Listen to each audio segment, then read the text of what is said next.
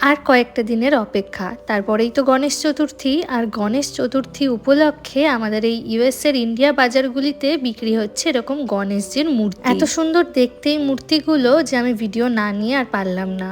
একদম ছোট্ট থেকে শুরু করে বিভিন্ন সাইজের মূর্তি কিন্তু এখানে রয়েছে। মূর্তিগুলোর সাইজের ওপর ডিপেন্ড করেই কিন্তু এগুলোর দাম নির্ধারণ করা হয়েছে। একদম যে ছোট সাইজের মূর্তি সেগুলো রয়েছে $20 করে, তারপরে কিন্তু $100, $200, $300 পর্যন্ত দাম রয়েছে। মানে ওই ধরুন 1500 থেকে 25,000 টাকার মধ্যে।